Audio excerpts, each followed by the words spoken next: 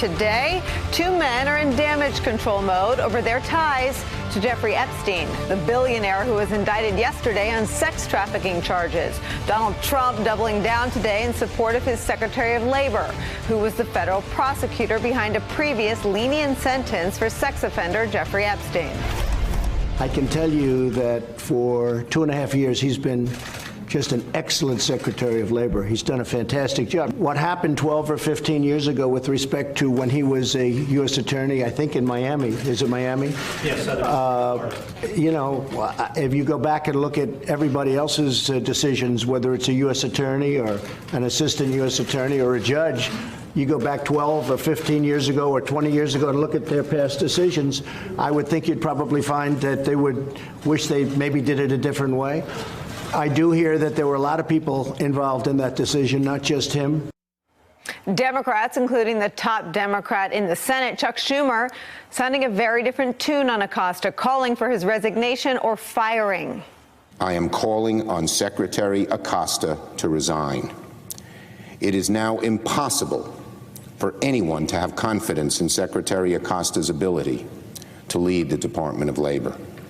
If he refuses to resign, President Trump should fire him. For his part, Acosta is spinning for his reputation and quite possibly for his job, for a president who looks down upon bad press from any member of his cabinet. Acosta this morning tweeting a defense of the deal he struck with Epstein in 2008. He wrote this, quote, "The crimes committed by Epstein are horrific, and I'm pleased that New York prosecutors are moving forward with a case based on new evidence. With the evidence available more than a decade ago, federal prosecutors insisted that Epstein go to jail, register as a sex offender, and put the world on notice that he was a sexual predator. Now that new evidence and additional testimony is available, the New York prosecution offers an important opportunity to more fully bring him to justice." Acosta offering no specifics about what evidence would have changed his decision 11 years ago to grant Epstein a deal that is described this way in the Miami Herald, quote, "Facing a 53-page federal indictment, Epstein could have ended up in federal prison for the rest of his life. But on the morning of a breakfast meeting, a deal was struck, an extraordinary plea agreement that would conceal the full extent of Epstein's crimes and the number of people involved. Not only would Epstein serve just 13 months in the county jail, but the deal, called a non-prosecution agreement, essentially shut down an ongoing FBI probe into whether there were more victims and other powerful people who took part in Epstein's sex crimes." Now that is what Acosta is today trying to defend. That is what Donald Trump is now associated with, as well as headlines like this one from today's Washington Post. Quote, "Trump called Epstein a terrific guy who enjoyed younger women before denying relationship with him." That may also explain Trump's effort to put time and distance between himself and Epstein. Well, I knew him like everybody in Palm Beach knew him. I mean, people in Palm Beach knew him. He was a fixture in Palm Beach. I had a falling out with him a long time ago. I don't think I've spoken to him for 15 years. I wasn't a fan. That is where we start today with some of our favorite reporters and friends. Joining us from the Washington Post, White House reporter Ashley Parker. With us at the table, former U.S. Attorney and senior FBI official Chuck Rosenberg, NBC News correspondent Heidi Presbella, plus former Democratic Congresswoman Donna Edwards, and former senior advisor to President George W. Bush, and the author of the new book, The Death of Politics, How to Heal Our Frayed Republic After Trump. Pete Wehner is here. Chuck Rosenberg, I want to start with you. I don't know how to explain to anyone how all of the information that was available in that 53-page indictment that's described in the Miami Herald's fantastic body of reporting represents some sharp departure from what they would have found out in the Southern District of New York. Right. So if you look at the Southern District of New York indictment, the charged conduct took place between 2002 and 2005. The non-prosecution agreement in the Southern District of Florida that you just mentioned, Nicole, that was in 2007. So on the surface, on the face of it, it seems really odd to me because it seems that most of the information available to New York took place long before the Southern District of Florida resolved the case. And they resolved it in a really odd way. Federal prosecutors are not shy about bringing charges against pedophiles, which is what Epstein is. And not just allegedly. I mean, he pled guilty in Florida to charges. He's an admitted convicted pedophile. Correct. And so you'd have to think, and I don't believe this, you'd have to think that the FBI didn't know everything it knows now then. Sure, new stuff comes in, more witnesses come forward, that happens. But the heart of the case what the Southern District of Florida had before they agreed to that non-prosecution agreement was already in place. Why would this case be reopened by the Southern District of New York if not some acknowledgement that the job that now Secretary of Acosta did was inadequate? So some context. For another federal district to open a case that's been resolved elsewhere is highly unusual. Not unheard of, but highly unusual. There's a degree of comity, C-O-M-I-T-Y, between federal districts. And so if a case is resolved somewhere and resolved appropriately, you would not see another U.S. Attorney's Office picking it up. What happened here, I believe, is that the case was not appropriately resolved. And God bless the prosecutors in the Southern District of New York. They have an entrepreneurial spirit. They always have. Thank God. Thank goodness, because they saw that justice was not done, and they're going to do it. And so it's not typical. It's highly unusual. There is that comedy that I mentioned between various districts, but where something broke, where something was not resolved appropriately, where justice was not done, another U.S. attorney stepped in and is going to see that it's done properly. Now, this extraordinary plea agreement, actually, he was convicted of soliciting prostitution. Do you think he will be charged with, you described him as a pedophile, do you think he'll be charged with the sex acts with underage women by the Southern District of New York? So the plea agreement was in state court. The federal resolution in Florida was a non-prosecution agreement, which is basically their way of saying, we're not touching this. Someone else can resolve it. What he has been charged with in the Southern District of New York is sex trafficking and conspiracy to commit sex trafficking. With minors? With women between the ages of 14 and 16, as the indictment reads. So yeah, with minors, you bet. Very serious charges, which will, if convicted, essentially put him in jail for the rest of his life. Ashley Parker, Rick Wilson, a friend of the show, yesterday tweeted, tonight Donald Trump has 3 friends in jail. I noted the president's efforts to distance himself from Jeffrey Epstein, but not the conduct. He described a falling out 15 years ago. What is the White House frame of mind today about Acosta's handling of the case, as Chuck Rosenberg was just describing, highly questionable and certainly justifiably receiving renewed scrutiny, including from prosecutors in the Southern District of New York, as well as his own associations and photos alongside Jeffrey Epstein? Well, as of now, our understanding is that the president remains loyal to Acosta. But people in the White House warned that, as with most things with this president, that can sort of switch on a moment's notice. As you pointed out, the president does not like bad press. And so there is a sense that there may be a finite period where he is willing to tolerate these bad headlines that have dominated cable news, which is the venue he is most fascinated in, for all day today, it looks like into tomorrow at the very least. Although the flip side is, I will point out, there have been other embattled cabinet members for different reasons who, if he has a real personal connection with them, Scott Pruitt is an example, he will sort of tolerate months of bad headlines before he pulls the plug. So there's a little bit of uncertainty. I will say that the president's chief of staff, Mick Mulvaney, is already kind of clashing with Acosta for reasons that have nothing to do with this. He basically believes that Acosta has not been sort of forcefully or efficiently enough pressing the president's deregulation agenda, undoing some of the Obama administration policies. And so if you have someone who's a little tenuous, this might, in terms of the palace intrigue and infighting, give Mick Mulvaney or people who aren't huge fans of him an opportunity to push him out. And so, again, it's just sort of worth noting the president is loyal now, but he could go any way. Sometimes when people are telling him to do something, you have to fire him. He has to resign. He will sort of double down and entrench himself, and that will give him reason to keep Acosta, or he might just get fed up and kind of be disgusted with what he learns of the case and decide to let him go at some point. It would be a funny time to come up with a deregulation crisis. Let me read you, Ashley Parker, some of the reporting from your great colleagues.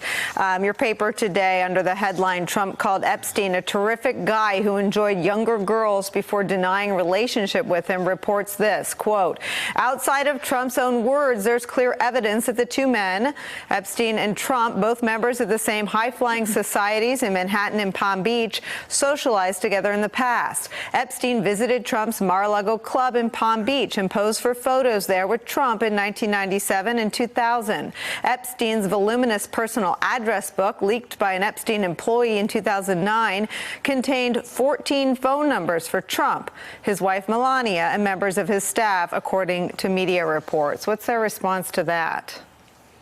Well, the relationship does seem to have cooled slightly in recent years, but the truth is this is kind of standard behavior for this president, which is we don't have time to list all of the people who the president claims not to know, including, for instance, you mentioned people in his administration in jail, Paul Manafort, right, who the way the president talks about him, you would think they were sort of casual acquaintances who once passed in a restaurant, not the second manager of his 2016 presidential campaign. He speaks this way of Michael Wolff, who basically spent, 6 months sitting in the West Wing in the early days of his administration. He has said this about a number of women who have accused him, the president, of sexual misconduct, that he's never met them, never seen them before. And then, of course, a photo surfaces with him right next to them. So the president sort of denying a relationship that seems to very clearly exist in photos and past statements, in behavior and social situations is sort of what he does when it becomes clear that now might be the moment to kind of try to publicly cut ties. But it doesn't mean that that relationship never existed. Okay, so Ashley Parker led me right to this, Donna. This is Donald Trump and the "I hardly knew him" defense. Like Manafort has nothing to do with our campaign. But I feel I feel a little badly about it. Why did you hire Michael Cohen? He was known as a fixer. I'll tell you what, first of all. That was his title, a very fixer. low-level work. Why did you need him? He did more public relations than he did law. I see Papadopoulos today. He's going to be. I don't know Papadopoulos. I don't know him. I saw him sitting in one picture at a table with me. That's the only thing I know about him. I don't know him. I know nothing about WikiLeaks. It's not my thing. I know nothing really about him. It's not my deal in life. It's not my deal. It's not my thing. I hardly knew him. He was a coffee boy. Who? Jeffrey who? It's like, I hardly knew you, honey. Right. Today, if you follow social media, you will find so many photographs of Epstein and Trump together in various kinds of social settings. But again, this sort of mirrors what Trump does. He completely distances himself. It's going to happen with Acosta as well. It's just a matter of time before that happens, where he says, you know what? If I just keep saying I don't know you, then at least my public will believe that I don't know you. And, this follows a pattern for Donald Trump. And I think that for the Hill, for members to be calling for Acosta's removal is appropriate. But I'm wondering, where are all the Republicans who repeatedly stood up in the face of international sex trafficking, voting, almost unanimously around legislation there, and are absolutely silent when it comes to Alex Acosta? It's a perfect question for you. Where are they? Well, they're nowhere to be found, but they haven't been anywhere to be found with Donald Trump. Remember the context of this. Secretary Acosta is accused of not prosecuting a sexual predator. The president is a sexual predator. It shows you the moral world in which we live in. Just he was credibly accused of rape, the president, a couple of weeks ago, and that's almost fallen off the radar screen. The woman who accused him told 2 people contemporaneously about it. There are 24 women who have accused him of sexual assault. So we have a president who is a sexual predator. The idea that he would be offended, morally or ethically troubled by anything that Acosta did is not going to happen. And it is extraordinary, both the silence of the Republican Party. This happened a while ago when they decided to hitch their wagon to Donald Trump and said that there was nothing that he was going to do or say that they were going to object to. They wrote their fate, and there's no bottom with him, and so there's no bottom with them. And once upon a time, this was the party that appointed itself as a party of family values. What a joke. Yeah, a joke and hypocrisy and just an extraordinary offense. These are young girls who are being sexually assaulted, and they don't care, and they're siding with rich, powerful men against these kids. And the fact that they're not blinking twice is such an indictment. We jumped right to the politics, but let me say something about the victims. This is from the Miami Herald.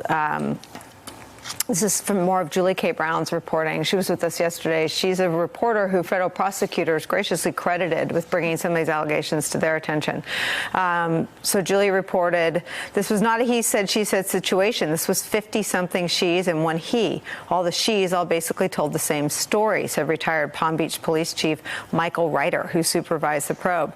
Julie Brown also reporting that the damage that happens in this case is unconscionable, said Bradley Edwards, a former state prosecutor who represents some of Epstein's victims. How in the world do you, the U.S. attorney, engage in a negotiation with a criminal defendant, basically allowing the criminal defendant to write up the agreement? So my question for you, Heidi, do you expect the Democrats to call Palm Beach Police Chief Michael Reiter and to call some of the lawyers for the victims, Bradley Edwards is another name, to testify? I mean, do you expect congressional hearings into this case, or do you think they'll leave it all? Looking into that literally as we speak. Yeah. You know, contacting the most obvious places where this would come from would be in the House and the Oversight and Judiciary Committees, which they have their hands full right now. But this is something that I'd been talking to them about really for a couple of months. They have a lot of concern, for instance, about the Department of Justice's investigation into Acosta's behavior, because who's in charge of transparency around that? Well, it's William Barr.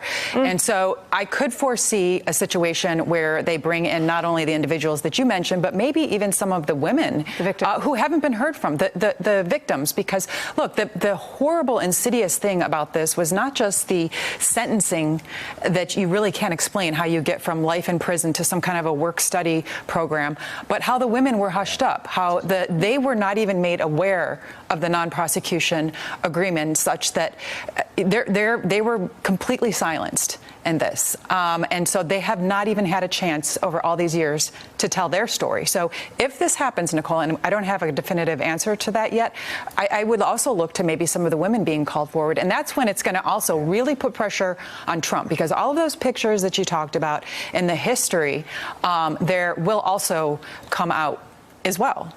Where does it happen in the Justice Department that Acosta's conduct will be investigated and scrutinized? And what is, I mean, Heidi makes an excellent point that if William Barr, who had the audacity and the chutzpah and the you-know-whats to lie about Robert Mueller's investigation, what hope do we, the people, have to seeing anything about what they learned about Acosta's disposition of this case? Yeah, so there's two potential places within the Department of Justice. The first is the Office of Professional Responsibility.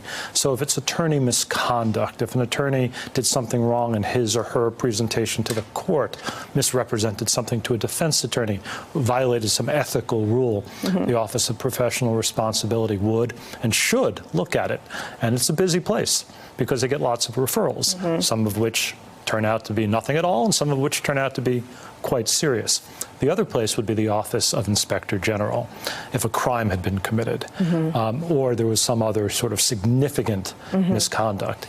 Now, the Office of Inspector General almost always makes its reports public. The Office of Professional Responsibility seldom does. Yeah. And that's because many times attorneys who do something wrong haven't violated the law. They need to be reprimanded, they need to be counseled, they need to be retrained, but we don't necessarily want to tell the entire story to the public if someone's going to remain employed. It's a sensitive balance. It's sensitive, but what seems to, I mean, the people around whom we should be conducting ourselves with sensitivity would appear to me to be the 50 to 60 known victims of alleged sexual assault. And I just wonder, can you think of a single other case where a sexual predator with 60 alleged victims had one day a week in county jail? Absolutely not. And I don't even think SVU's ever touched that. No, I mean, that doesn't even exist in fiction. I think the legal word for it is that it's insane.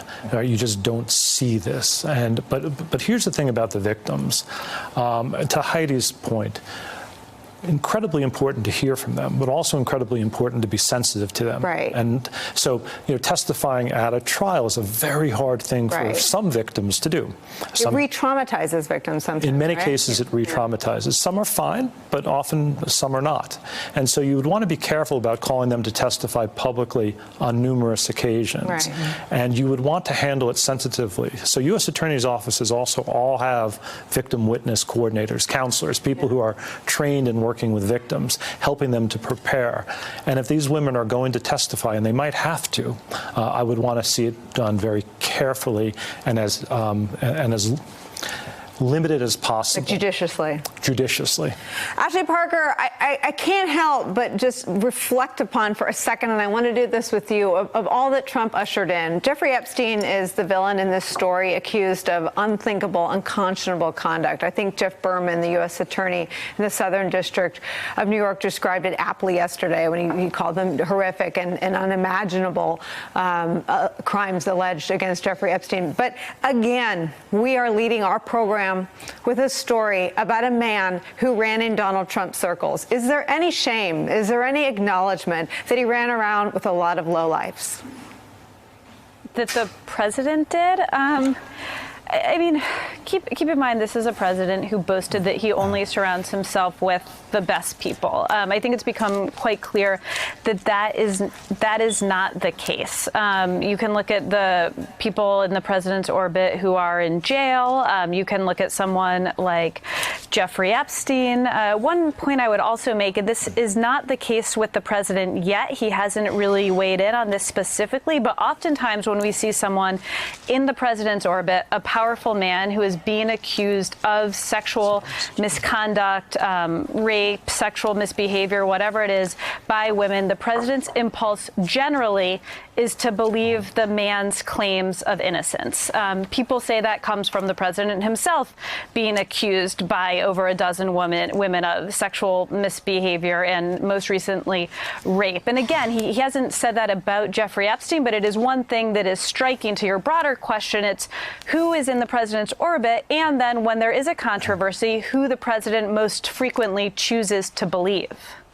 Ashley, it's a great point, and I was thinking yesterday about Rob Porter. I remember him in the same setting we showed in the Oval Office saying, oh, God, you're going to ruin this poor man's life. Never a public comment. We have no way of knowing if there was any private concern for the alleged victims of Porter's physical assault against his two ex-wives. Roy Moore, he talked about how it was so long ago, and on and on and on and on and on. Do you feel any pressure building inside that White House to say something to condemn Jeffrey Epstein's conduct? That's a great question. We sort of don't know yet, because a lot of the questions that the president has been faced with have been towards Acosta. What happens with your labor secretary? How is that going to be handled? But I do think in this world, there is a chance that the president has been pretty clear, at least his attorney of the Trump Organization to the Washington Post kind of said the president really severed ties with Jeffrey Epstein dating back over a decade. The president said that as well in his public comments. I haven't, really had anything to do with him in 15 years or not. I don't quite know if that's true. But my point is the president does seem willing at least to willing and eager, frankly, to distance himself from Jeffrey Epstein. So there might be a world in which a condemnation of him and his behavior with not just these young women, but these teenagers and preteens. And I believe one of the victims said in an interview, she was still in braces when this was happening. There is a chance that the White House could see that's an easy way for him to issue a strong public condemnation. Words I never thought I'd utter. The world waits for Donald Trump to condemn sex trafficker. Hey there, I'm Chris Hayes from MSNBC. Thanks for watching MSNBC on YouTube. If you want to keep up to date with the videos we're putting out, you can click subscribe just below me, or click over on this list to see lots of other great videos.